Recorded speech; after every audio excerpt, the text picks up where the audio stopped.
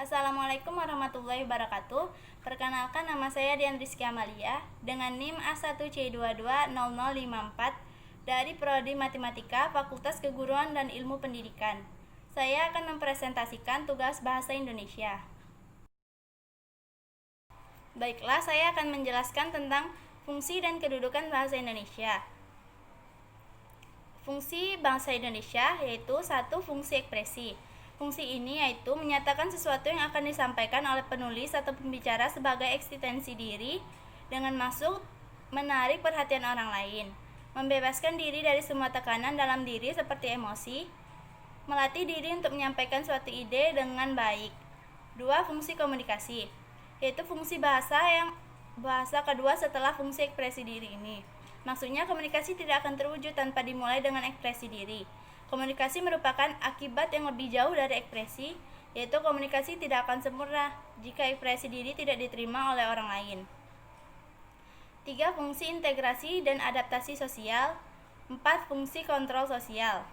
Adapun kedudukan bahasa Indonesia yaitu 1. Bahasa persatuan. Bahasa persatuan adalah pemersatu suku bangsa, yaitu pemersatu suku, agama, dan antaras bagi suku bangsa Indonesia dari Sabang sampai Merauke. 2. Bahasa nasional. Bahasa nasional adalah fungsi jati diri bangsa Indonesia bila berkomunikasi pada dunia luar Indonesia. Fungsi bahasa nasional ini dirinci atas bagian berikut.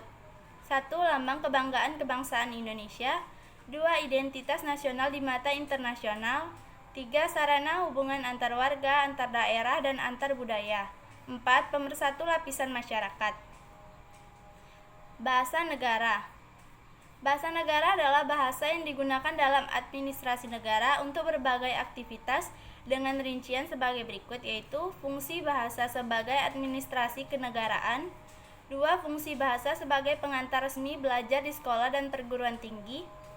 3. Fungsi bahasa sebagai perencanaan dan pelaksanaan pembangunan bagai negara Indonesia sebagai negara berkembang.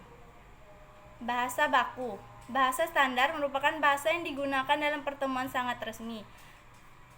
Fungsi bahasa baku ini yaitu pemersatu sosial, budaya, dan bahasa, penanda kepribadian bersuara dan berkomunikasi. 2. Hakikat bahasa Indonesia baku. Yang pertama yaitu fungsi pemersatu. Bahasa Indonesia mempersatukan suku bangsa yang berlatar budaya dan bahasa yang berbeda-beda. 2. Fungsi pemberi kekhasan. Bahasa baku memperbedakan bahasa itu dengan bahasa yang lain. 3. Fungsi penambah kewibawaan. Bagi orang yang mahir berbahasa Indonesia dengan baik dan benar. 4. Fungsi sebagai kerangka acuan. Bahasa baku merupakan norma dan kaidah yang menjadi tolak ukur yang disepakati bersama untuk menilai ketepatan penggunaan bahasa Indonesia dan ragam bahasa. 3. Ciri-ciri bahasa Indonesia baku dan tidak baku. Ciri-ciri bahasa Indonesia baku. Yang pertama, bentuknya tetap dan tidak mudah berubah. 2. Tidak terpengaruh bahasa asing ataupun bahasa daerah. 3. Penggunaan sesuai konteks dalam kalimat. Biasanya bukan bahasa yang digunakan dalam percakapan sehari-hari. 4. Memiliki arti yang pasti, tidak rancu, dan tidak berlebihan. Ciri-ciri bahasa tidak baku yaitu umumnya digunakan dalam percakapan sehari-hari, dipengaruhi oleh bahasa daerah dan bahasa asing, dipengaruhi oleh zaman, dan bentuknya mudah berubah. 4. Apa pendapat saya dengan penggunaan bahasa Indonesia di media sosial? Menurut pendapat saya, penggunaan bahasa Indonesia di media sosial masih belum benar, karena kebanyakan orang dan kebanyakan masyarakat masih menggunakan bahasa Indonesia yang tidak baku dan sering mencampuri bahasa Indonesia dengan bahasa daerahnya masing-masing. Sehingga dengan ini dapat melupakan kaidah dan arti pentingnya hakikat bahasa Indonesia yang baik dan benar. Hanya itu yang dapat saya sampaikan.